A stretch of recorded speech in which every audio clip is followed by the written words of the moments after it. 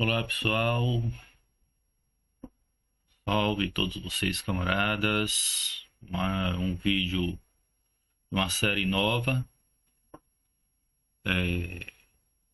Na semana passada eu fiz uma live falando um pouco sobre essa obra de Luiz Althusser. Falei um pouco sobre a vida de Althusser, né, do percurso filosófico dele, né. Falei um pouco das obras dele, né, as influências e tal, né. E agora a gente vai partir para a leitura de um artigo do Luiz Althusser, intitulado Marx e Freud. É uma obra interessante porque, de um certo modo, há uma mudança que ele estabelece entre esse texto e um outro texto anterior, do que é Freud e Lacan, mas que eu não vou falar muito da outra obra, porque agora a gente realmente está é, dedicando a essa interessante relação, né, de possibilidade de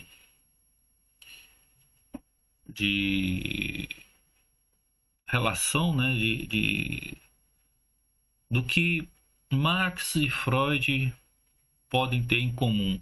É claro que não vai ter muitas coisas, porque são autores com perfil diferente, leituras um pouco diferente, né? Mas Althusser percebe em Freud e Marx uma certa ligação epistemológica, e aí é que eu acho que é a parte interessante da relação entre esses dois autores, né? O filósofo Karl Marx e o psicanalista Freud. A gente vai ler então parágrafo por parágrafo, comentando, né? Aproveitando aqui esse momento para pedir a vocês que se inscrevam logo, pessoal, logo no começo, quando a gente fala, porque depois de assistir o vídeo, pode ser que esqueça, né? E aí a gente perde essa oportunidade, né? Que sempre tiver vídeo novo, toda semana eu tô postando, né? Alguma coisa, algum material, né? Quem está começando agora a assistir o vídeo, meu canal é sobre textos filosóficos, de psicologia, de psicanálise, de sociologia, né? Crítica social. Eu trabalho em cima do texto, né? Tentando dar o valor, né?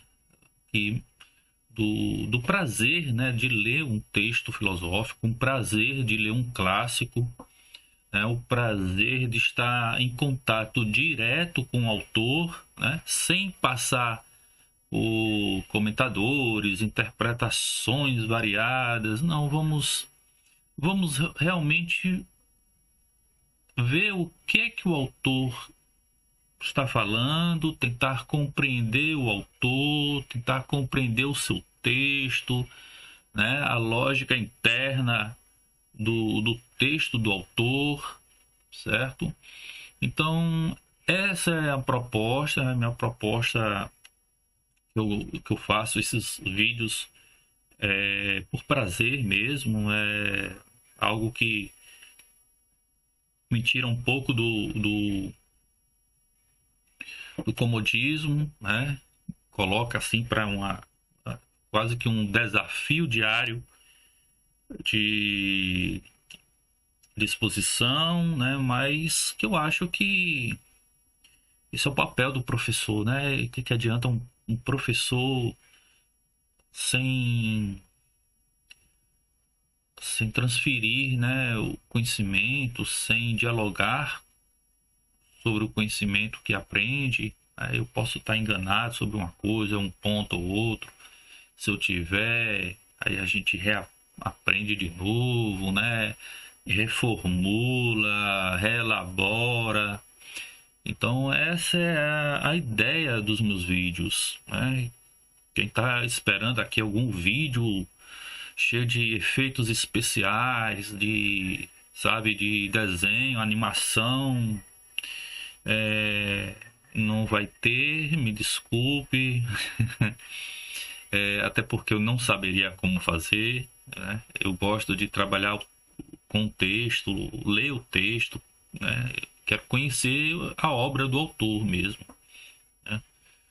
Então é isso. Então quem puder, vai dando like, né? Se inscreva, comentem, né? Acho que é importante a participação, né, de quem está assistindo, quem ouve, para a gente ter um feedback, né? Eu acho que é interessante também ter esse feedback, ter esse retorno aí de quem está assistindo, quem acompanha. Eu sei que são poucos inscritos, mas quem se inscreve é porque, de certo modo, está gostando desse estilo, né? De trabalho, de vídeo, de repente dá para ouvir durante uma viagem, né? Dá para ouvir durante um trabalho, alguma coisa, né? E está aprendendo alguma coisa. Então essa é a proposta, tá? Esse texto é interessante. Althusser é muito importante a questão da ideologia para ele, né? Descoberta sobre como a ideologia é algo que funciona, de certo modo, na estrutura do pensamento contemporâneo. Os sujeitos são constituídos a partir das condições materiais sociais. Né? Todos os sujeitos na sociedade capitalista, então, é constituído dentro dessa ideologia do capital, né? De modo que somos produzidos ou constituídos por práticas materiais do capital. E eu acho que quando você fala de Marx, você está falando aí de um corpus teórico e prático de certa maneira, porque é um conhecimento teórico mesmo a partir da vivência, né? A partir da vida das pessoas, do trabalho, da produção, dos modos de produção, das movimentações da mercadoria. Então é extremamente importante. E Freud também, porque é um autor que estabelece uma certa ruptura, né, sobre essa velha ideia da consciência soberana de si mesma. Né? É um crítico nesse sentido, mas Freud não está muito preocupado, no meu entender, sobre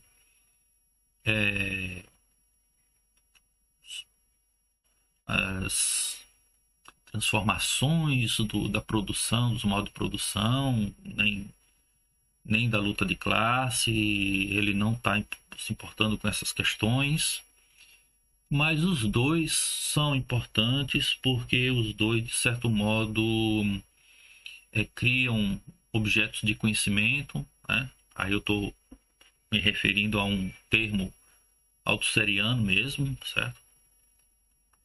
Estabelecendo aí duas ciências, né?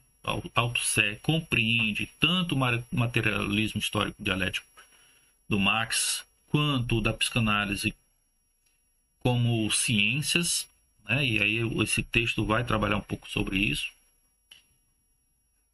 de modo que a gente vai meio que compreendendo as diferenças e as semelhanças os pontos em comum possíveis entre esses dois grandíssimos autores do mundo contemporâneo.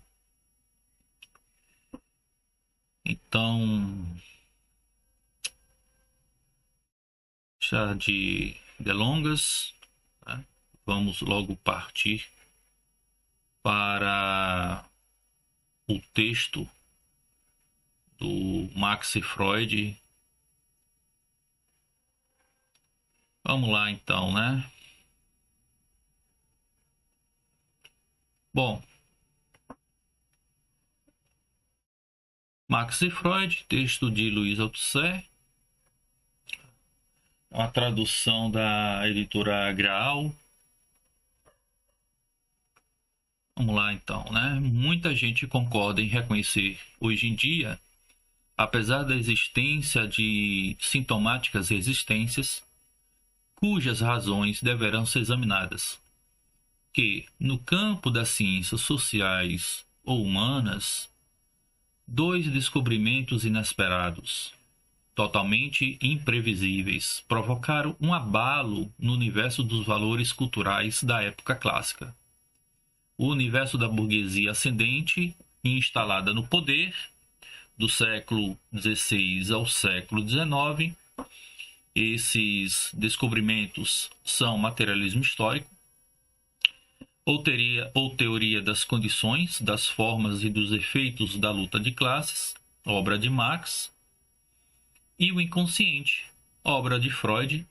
Antes de Marx e Freud, a cultura se baseava na diversidade das ciências da natureza, completadas por ideologias ou filosofias da história, da sociologia e do sujeito humano.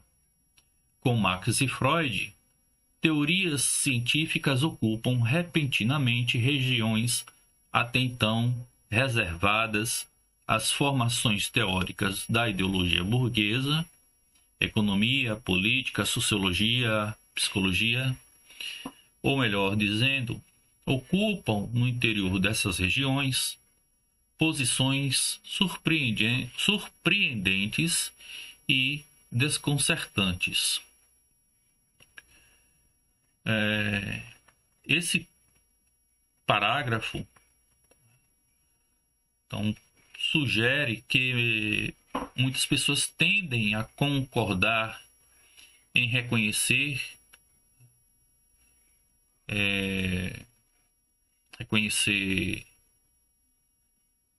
ressonâncias, mesmo que essas sejam assistêmicas, ou seja, não necessariamente baseadas em evidências científicas concretas. Isso ocorre porque, na era atual, há uma forte influência, né, das ciências sociais humanas que, ao provocarem uma reprivatização, levam as pessoas a aceitarem certas versões das verdades culturais, mesmo sem comprovação empírica rigorosa. Essas versões são frequentemente influenciadas por valores históricos e políticos e podem provocar uma adesão a certos discursos, ideias ou conceitos culturais e ideológicos, tais como religião, política, sociologia, entre outros, que parecem surpreender os sentidos, né? Mesmo que suas fundamentações não sejam totalmente assim objetivas, verificáveis de forma numa perspectiva empírica, científica, né, como das ciências exatas, das ciências da natureza, por exemplo. De outro modo, esse parágrafo também destaca a tendência de muitas pessoas a aceitarem, se identificarem com certos discursos culturais e ideológicos, muitas vezes influenciados por tradições, valores históricos, políticos, mesmo sem uma comprovação científica rigorosa, tá? Isso ocorre por causa das ações das ciências sociais e humanas que provocam essas adesões culturais e ideológicas, muitas vezes de forma inconsciente e surpreendentemente forte. É importante aqui que o Althusser, ele, como eu falei antes, né? Os sujeitos são constituídos a partir das condições materiais e sociais, né? De, de modo que somos, né, realmente criados por práticas materiais do capital, ou seja, tudo é intermediado pela mercadoria, pela forma mercadoria, inclusive nossas práticas, né, que vai desde as questões do proletariado até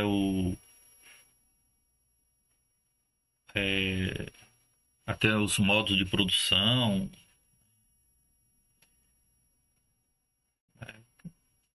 a burguesia e tudo mais. Mas, ao mesmo tempo, aprendemos desde a nossa infância que aquilo que o sujeito tem, né, do que forma o sujeito, ele tem porque compra, né? E nossas relações são relações muitas vezes de mercadoria mesmo. A gente sempre está comprando, adquirindo as coisas e às vezes até o ser humano ele é medido por essa capacidade de adquirir mercadoria, né? Então, o capital constitui, portanto, a forma do saber e, portanto, da subjetividade. Então, ela dá a nossa forma de entendimento, a forma de entendimento do mundo, de como a gente vê o mundo, né? Como esse mundo é, é compreendido por nós. Ou seja, nós pensamos conforme uma lógica que é a lógica do capital. Essa subjetividade, ela delineia, portanto, a forma como compreendemos as noções de família, gênero, questão racial, as dimensões de classe, nosso respeito às instituições, as formas de exploração. Então, essa questão da ideologia é extremamente importante, né?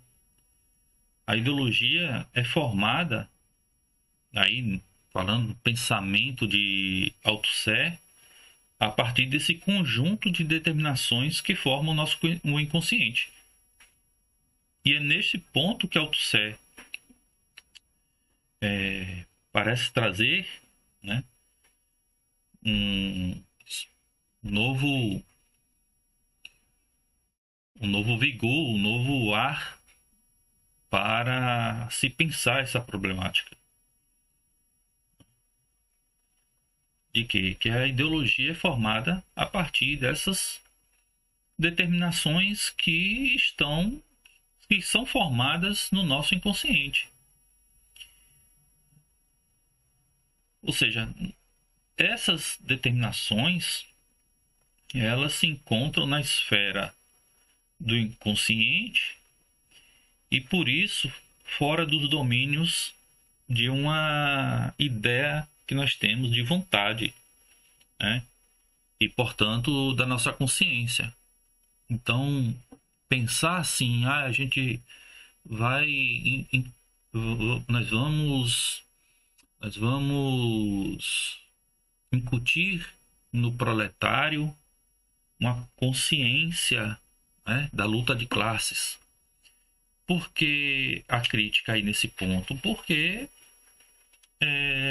ainda estamos pensando nessa forma de consciência de uma consciência soberana de si, de autonomia desse aspecto subjetivo do indivíduo, e nós não ainda compreendemos que a forma como a gente compreende o mundo é lastreada por esse inconsciente que foi formado, né, por pela pela sociedade que é burguesa, né, que é um pensamento burguês, um pensamento lastreado pela lógica do capital.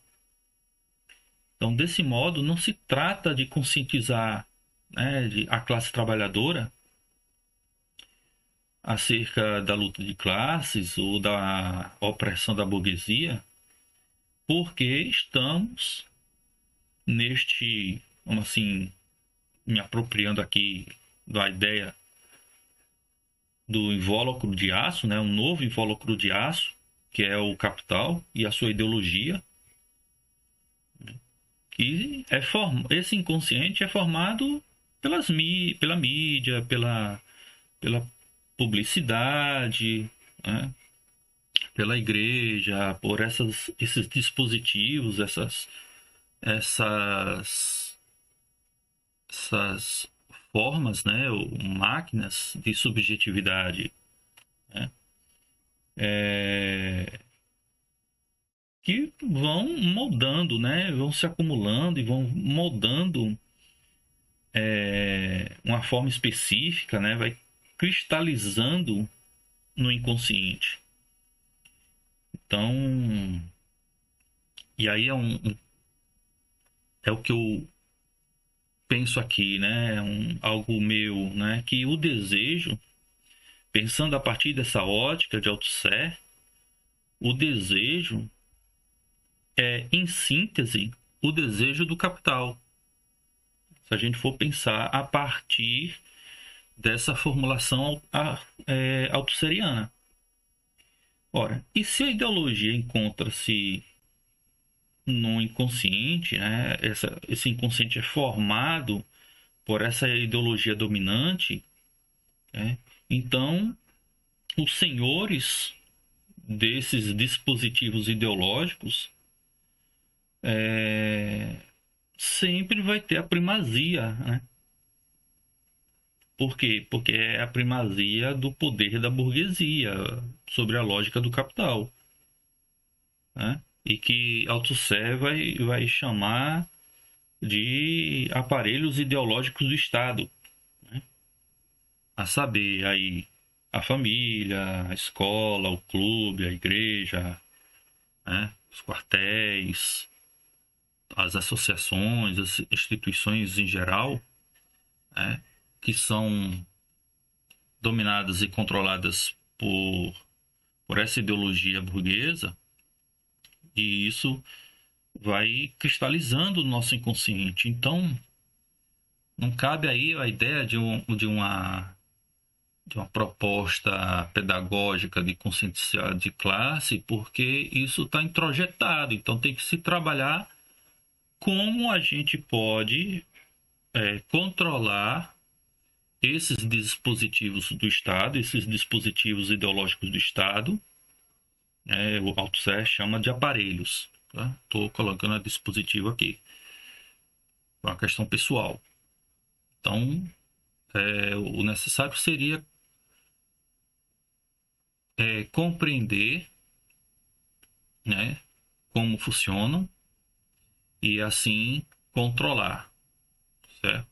E aqui eu entro novamente por uma questão que eu venho discutindo com muitos colegas. Como é que a gente vai transformar o mundo se esse mundo já é outro, que não é mais aquele do século XIX, né? A mídia, propaganda, as redes sociais são dispositivos muito potentes de subjetividade. Então, o que a gente precisa agora é passar por um processo novo de reinterpretação do mundo e, a partir disso, a gente aprender a transformá-lo, né? Que transformar aquilo que não se compreende direito, eu acho que é bem complicado. Tá? Então, e aí entra também, claro, entra uma questão que para o Althusser é importante, que é o corte epistemológico, né? Para Luiz Althusser, o corte epistemológico é essa ruptura fundamental e teórica que um pensador ou cientista estabelece em relação à ideologia dominante para fundamentar uma prática científica genuína, né? Especialmente para identificar e separar a ciência autêntica de uma mera ideologia do pensamento preexistente. Então, o Althusser, ele é influenciado por esses estudos epistemológicos do Gaston Bachelard, essa ideia mesmo do corte epistemológico. O Althusser usa o conceito para demonstrar como a obra de Marx se torna científica ao romper com os preconceitos e análise superficial da época, permitindo assim a construção de um novo conhecimento. É por isso que aí ele vai dizer que o materialismo histórico dialético do Marx é uma ciência, né? Tem um estatuto de ciência, e a partir disso a gente pode meio que tentar compreender as características desse corte epistemológico do Luiz Althusser, que é a ruptura com a ideologia dominante, né? A ciência genuína para Althusser não pode surgir de um mero discurso contínuo com a ideologia vigente, mas sim uma quebra radical com ela, né? Outra característica, o fundamento em um saber científico específico, né? Que é que a ideia de que o corte permite que um novo saber científico se estabeleça, quebrando a continuidade com o pensamento anterior. Outra característica, terceira, é a análise da obra do Marx, que Althusser aplica o corte para distinguir as obras de juventude de Marx, né, que ainda estavam imersas na filosofia da época, a influência ainda no idealismo, né, e no pensamento ainda hegeliano, das obras de maturidade do Marx, que ele vai apontar ali que o início vai ser a ideologia alemã. Aí, a partir da ideologia alemã, a partir dos textos de 1844, 45, é que há um rompimento mesmo, certo? Aí o Marx realmente compreende o que deve ser feito e sua metodologia é colocada em andamento, né? A construção do seu corpus teórico. E outra característica é o materialismo do encontro, né? Que é o corte epistemológico se fundamenta no materialismo do encontro, né? E a possibilidade de uma ciência marxista contemporânea. Esse corte epistemológico de Marx é interessante porque ele vai mostrar que os textos de juventude, as análises de Marx são orientadas pela pergunta o que é o homem, e com isso ganham relevância as noções como alienação, ser genérico, essência humana, emancipação humana, os textos de maturidade, né, que possam ser condicionados por uma nova questão, que aí é o rompimento, né, que aí vai se tratar do que é história, advindo daí uma formulação de novos conceitos, tais como modo de produção, forças produtivas, relações de produção, luta de classes, revolução social. O Althusser compreende que aí há um corte, e aqui é eu vou falar que está nas obras do Althusser, né, literalmente. O Althusser move-se a partir da ideia desse corte epistemológico, como eu falei, para compreender o pensamento de Marx em duas fases fundamentais. A fase A, que é a fase humanista, que se subdivide em duas subfases: a humanista racionalista, influenciada por Fichte e Kant, na qual o homem é compreendido como liberdade e razão. Podem ver aí o texto Liberdade de Imprensa dele. E outro texto a humanista comunitarista, influenciada por Feuerbach. Inclusive, vai ter uma série de vídeos que eu vou fazer sobre as teses sobre Feuerbach, né, de Marx e Engels, assim que eu terminar aqui com o Althusser. Então, quem estiver assistindo, também aguarde que em breve eu vou preparar esses vídeos sobre as teses sobre Feuerbach. Mas voltando aqui, né? Então essa é uma segunda fase, né, que vai entrar aí a ideia de homem e comunidade, as noções sobre natureza humana, alienação, emancipação humana. E aí vocês podem ver isso no texto, a questão judaica e manuscritos de 1844, também introdução à crítica da filosofia do direito de Hegel.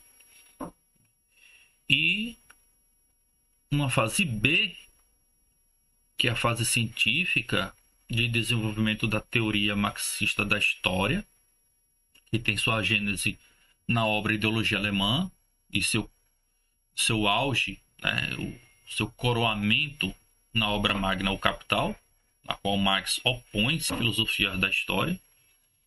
Então, é aí que o Althusser realmente divide, né, para dar um exemplo desse corte epistemológico. Como eu falei a vocês, a questão da ideologia é importante, a questão do corte epistemológico que ele estabelece aí, que ele redefine, né, a partir das ideias de Bachelard. Outra coisa que isso é importante, né, que a leitura de Althusser vai nos convidar a abandonar esse método fragmentário de interpretação teórica, né, que reduz a análise a uma busca de definições ou passagens isoladas. Então, para compreender que cada conceito só adquire pleno sentido no interior do sistema de conceitos que constituem a determinada problemática teórica, então, nesse quadro, importa reconhecer a posição de cada noção no conjunto, né? Como desempenha a função dominante, né? Organizando então esse edifício conceitual, ou se ocupando de um papel subordinado, derivado assim da sua significação na articulação, né, com conceitos centrais. Inclusive, Althusser foi muito criticado, dizer que ele era um estruturalista, coisa que ele nunca afirmou, de certo modo.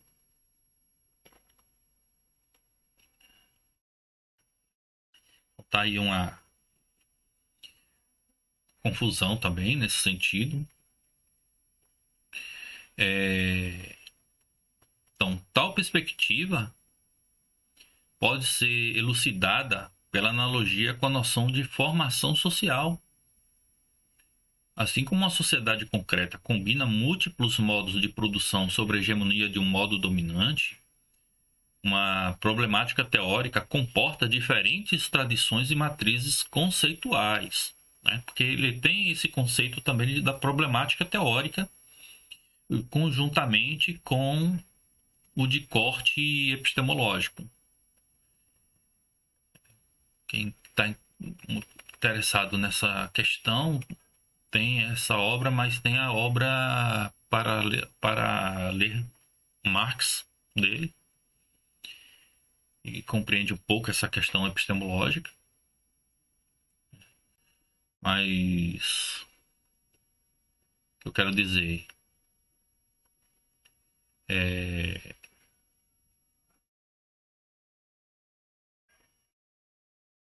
tal perspectiva pode ser elucidada pela analogia, né, com a noção de formação social. Assim como uma sociedade concreta combina múltiplos modos de produção sobre a hegemonia de um modo dominante, uma problemática teórica, portanto, comporta diferentes tradições e matrizes conceituais, mas é estruturada e governada por uma teoria particular que assegura a coerência e a orientação do sistema. Então, dessa forma, compreender um conceito em Althusser significa situá-lo na totalidade teórica que lhe confere sentido, em vez de tratá-lo como uma entidade autônoma e isolada.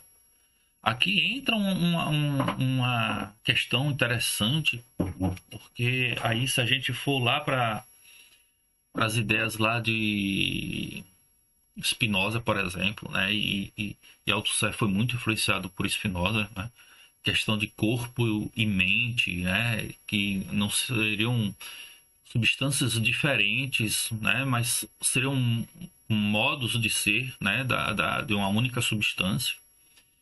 Não, essa separação de como coisas distintas é vista aí de uma forma muito diferente em Althusser. A questão dos conceitos, né? Não, eles não estão soltos, eles têm uma relação muito fechada, vamos assim dizer. Não há essa coisa de fragmentação, né? De estudar um conceito como se fosse algo isolado.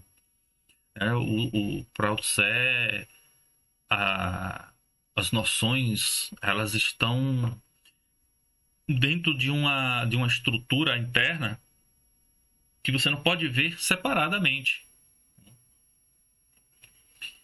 Então,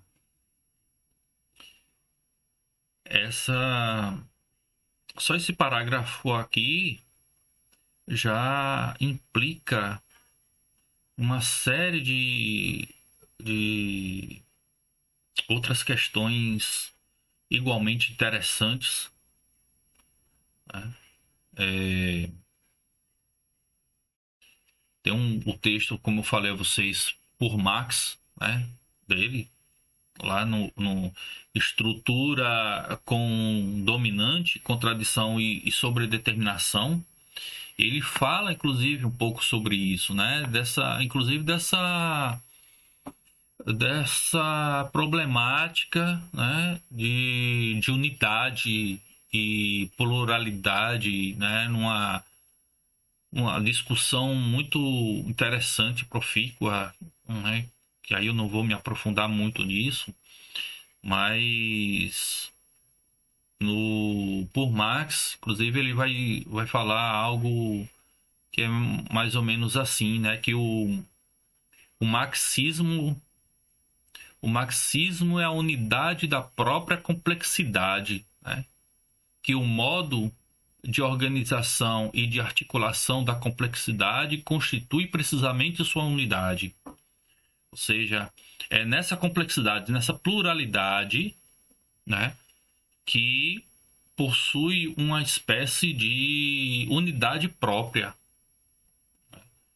As coisas não são, embora vocês tenham ali luta de classe, mercadoria, modo de produção, alienação, tudo está muito fechado, está tudo muito conectado. Dá para você ver um termo só e achar que não há uma relação. Na verdade, para você compreender essa unidade, você tem que ver essa pluralidade. Só que não é uma unidade no sentido monista, né? Como um predomínio universal, né? Um predomínio universal que pode ser fechado em uma síntese, né? Então,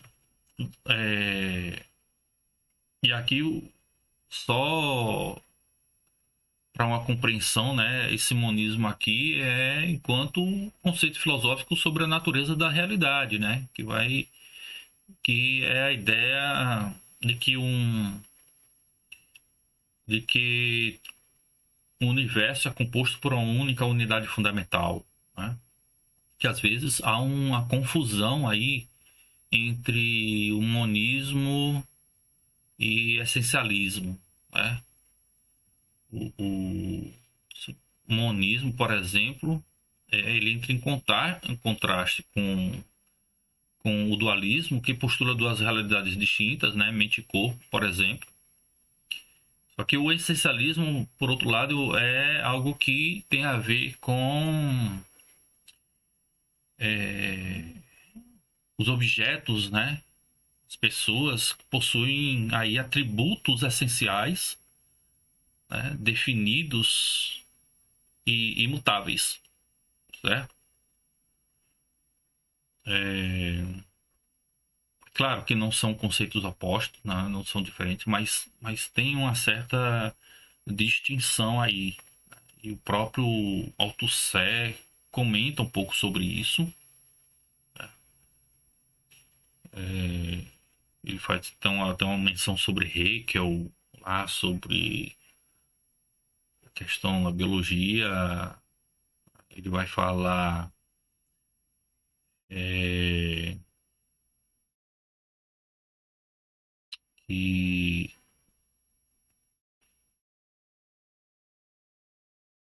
pode haver essa má compreensão, né, entre a simplificação de uma certa ideia de totalidade,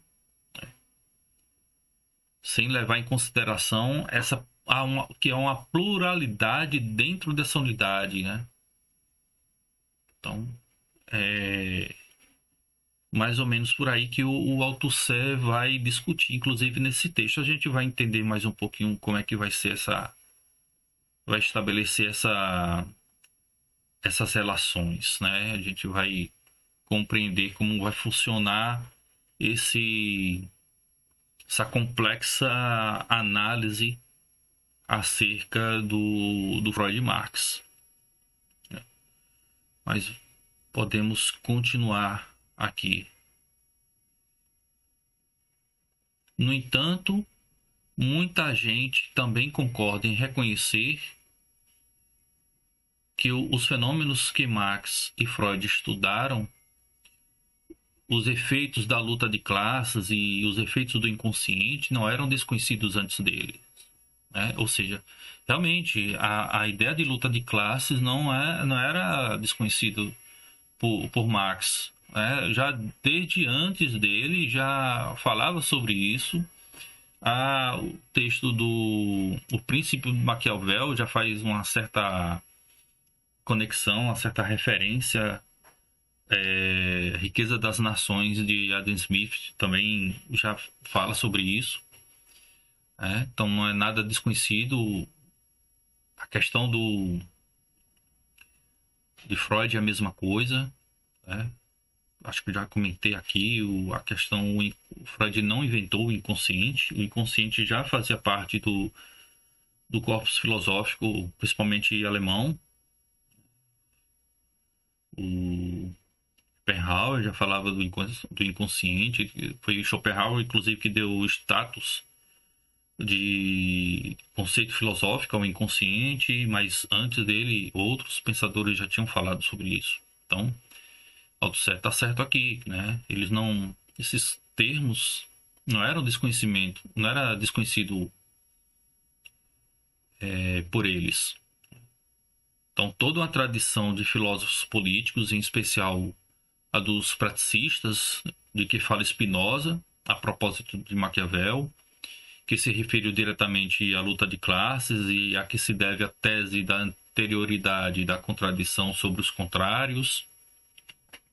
Os mais conhecidos dos quais são os filósofos do direito natural, que aludiram indiretamente a ela sobre o disfarce da teoria jurídica. Toda essa tradição, repito, constata muito antes de Marx a existência das classes e dos efeitos da luta de classes. O próprio Marx reconhecia com seus antepassados diretos, de quem se separara através da crítica à teoria burguesa da luta de classes e os historiadores burgueses da Restauração e os economistas da escola de Ricardo, como Hodgkin. Esses autores haviam reconhecido a existência das classes e da luta de classes. Do mesmo modo, os efeitos do inconsciente estudados por Freud tinham sido em parte reconhecidos desde a mais remota antiguidade, nos sonhos, nas profecias, nos fenômenos de possessão e de exorcismos, etc., consagrados por práticas definidas de tratamento. Então, aqui, fechando aqui esse segundo parágrafo, né? Esse segundo parágrafo claramente fala sobre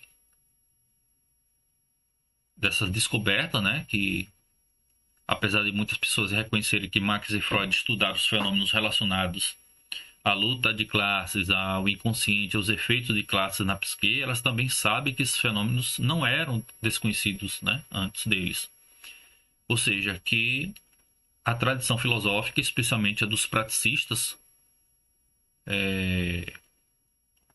que entendiam aí, no caso, os empiristas, né, dessa época, chamados praticistas, já tinham uma longa história de reflexão sobre esses temas, incluindo pensadores do direito natural, que lidavam implicitamente com as ideias de precedentes, autoridade e ordem social, que logo depois vai influenciar a teoria jurídica, né? E muitos desses filósofos tradicionais, como eles chamam aqui, os praticistas, os historiadores burgueses e os economistas da escola clássica já tinham reconhecido a existência das classes sociais e os efeitos dessa luta de classes antes de Marx. Então, eles também reconheciam a existência de fenômenos ligados ao inconsciente, né? Em suma, né, sintetizando, o trecho aqui reforça que tanto Marx quanto Freud não inventaram esses conceitos do zero. Eles apenas contribuíram para entendê-los de uma maneira mais sistematizada, reconhecendo que essas questões já eram conhecidas por outros pensadores ao longo da história.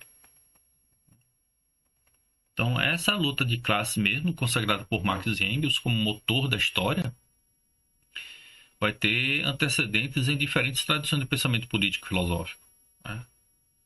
Veja na antiguidade, Platão e Aristóteles, que reconheciam tensões sociais entre ricos e pobres, ainda que interpretadas em termos de desequilíbrio moral ou político. Você vai ter Maquiavel, né, que destaca em seus discursos que o conflito entre povo e os grandes eram estruturais, né? E longe de destruir a república, podiam fortalecer a liberdade política. No século XVIII, você vai ter Rousseau, né, que vai associar a origem da desigualdade social à instituição da propriedade privada, né? Aquela ideia de a desigualdade começa quando o homem cerca um pedaço de terra e diz, né, isso é meu, né? Aí a gente for lembrar, né, daquela política do cercamento que teve na Inglaterra, né, começar a privatizar a terra, que realmente as coisas começam a piorar drasticamente, né? Então a gente pode entender, né, como essas ideias sempre estavam aí, permeando o pensamento e os discursos, as análises filosóficas, né? Então, há uma identificação, né, desses interesses antagônicos, né? Proprietário de terra, né? Capitalistas e trabalhadores, né? Que, mesmo que sem romper, né, com a visão liberal da economia, estava aí permeando, né? Ainda permeia tudo isso, né?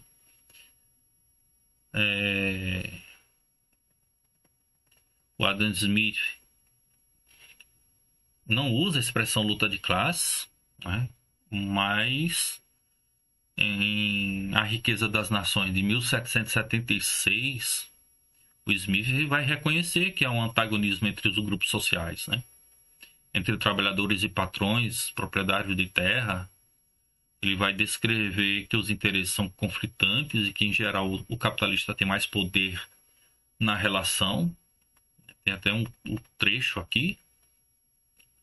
Eu só vou citar aqui o trecho célebre, né, do livro 1, capítulo 8, do Salário do Trabalho. Né? Aqui, entre aspas, citando: raras vezes se ouve falar de coalizões de patrões, mais frequentes vezes de trabalhadores. Entretanto, quem imagina que os patrões raramente se combinam é tão ignorante quanto dos negócios quanto da história. Patrões estão sempre e em toda parte em uma espécie de conluio tácito, mas constante e uniforme, para não elevar o salário do trabalho acima de sua taxa corrente. Nessas disputas, veja, aqui é Adam Smith, um dos pais do liberalismo econômico, certo? É ele que está dizendo aqui: nessas disputas, a lei, em muitos casos, dá vantagem ao patrão e, em todos, ele tem naturalmente maior vantagem. Veja, não é um esquerdista, não é um comunista que está falando, não é um autor comunista que está falando isso. O que está falando isso é Adam Smith, na obra A Riqueza das Nações, obra de 1776. Então, o Marx não é Marx que inventa esse conflito, essa luta de classes. Os autores já tinham compreensão que existia isso. Só que o que Marx faz? Marx pega esses termos e traz, né, para uma sistematização mais profunda, mais completa, né, mais rigorosa, para elucidar como se dá isso. Então, veja, aqui o Adam Smith mostra claramente a assimetria entre capitalistas e trabalhadores. Ambos têm interesses opostos sobre o salário, mas os patrões dispõem, né, sempre de mais meios de impor sua vontade.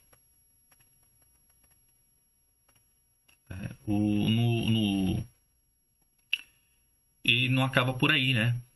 No início do século XIX, né, os socialistas utópicos, por exemplo, como Saint-Simon, Fourier, Owen, também falaram em antagonismo de classe, né, mas acreditavam em uma superação por reformas técnicas e morais. Né? Então, é o que vai diferenciar Marx aqui, né? Que Marx inaugura um novo modo de pensar, porque ele vai ser o primeiro a formular de modo sistemático e científico a tese de que a história das sociedades é a história da luta de classes. A percepção de conflitos entre grupos sociais antagônicos percorre uma longa tradição que vai da filosofia clássica à economia política. Certo? Então a mesma coisa vai acontecer com o corte epistemológico de Freud. Freud não inventa o inconsciente. Mas o que ele vai trazer o inconsciente? Vai trazer o inconsciente para uma análise mais profunda, para o inconsciente deixa de ser um elemento secundário e vai se tornar o centro, o fulcro teórico de uma nova ciência, que é a psicanálise. Então, Althusser, né, de forma análoga a Marx, Althusser vai interpretar Freud como fundador de uma ciência do inconsciente. Por quê? O Freud rompe com a psicologia da consciência, né? Extremamente dominante nas ciências do século XIX, né? Principalmente a partir do século XIX, porque é a partir do século XIX que essas ciências vão se tornando autônomas da filosofia, né? A biologia surge como nova ciência, a fisiologia, a física, a química, né? Porque essas ciências, até o século XIX, eram, eram disciplinas da filosofia. Não pode esquecer disso. A filosofia, como mãe das ciências, era o filósofo, o professor filósofo que ensinava sobre física, química, biologia, né? A biologia mesmo aristotélica ficou até ali o iniciozinho do século XIX, né? Só foi rompido a partir das descobertas de Lamarck, de Darwin, né?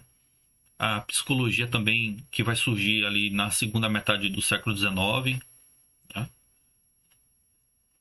E que era antes uma área da filosofia, né? Então essas ciências elas vão se tornando autônomas a partir do século XIX.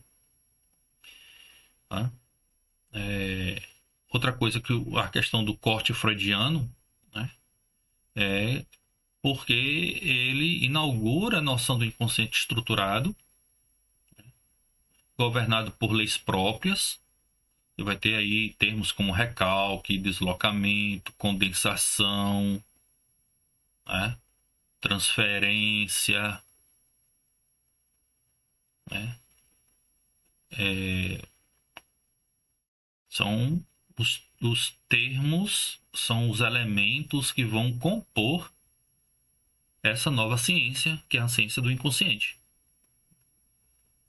Ele vai, Freud introduz uma nova problemática científica, a saber que o psiquismo não é mais reduzido à consciência, mas a uma estrutura regida por processos inconscientes, né? Esse mundo psíquico, ele é tripartite, portanto, a consciência deixa de ser aquela consciência cartesiana, ela não é soberana de si, ela não é toda poderosa. Por quê? Porque a mente humana ela é dividida em instâncias diferentes. Você vai ter o id, o ego, o superego. E, portanto, né, o Freud não é apenas um psicólogo que descreve sintomas, mas é um cientista do inconsciente. Né? É isso aí. Acho que são 2 parágrafos que nos traz muita coisa em jogo, né? Coloca muita coisa em jogo, muita ideia, muita coisa para se pensar, né? É indiscutível aqui a forma como o Althusser se compromete com a complexidade gigantesca acerca das ciências humanas, né? Das ciências do sujeito. Né? Vai ser o Marx e o Freud, tá? Então a gente vai acabar por aqui. Peço a vocês que me dê aquela força, de se inscrever, de dar like, de comentar. Né? A gente realmente quer que o canal tenha aí mais visualizações. Quero isso, com certeza. Até para fazer as pessoas também ter esse contato mesmo, esse gostinho com o texto de um filósofo mesmo, saber o que é que ele está pensando, o que é que ele está compreendendo. Né? Então, agradeço a todos essa paciência até aqui, né? Quem assistiu até agora. E lembrando, a gente vai ter mais outro vídeo essa semana, de continuação ainda do Luiz Althusser. E final da semana, talvez mais um, eu não sei. Tô pensando aqui, né? Porque aí é muito conteúdo que a gente tem que analisar, tem que ler e se aprofundar para a gente trazer aqui algo bem mastigado aqui para a galera, tá? Pessoal. Então, valeu, pessoal. Um abraço.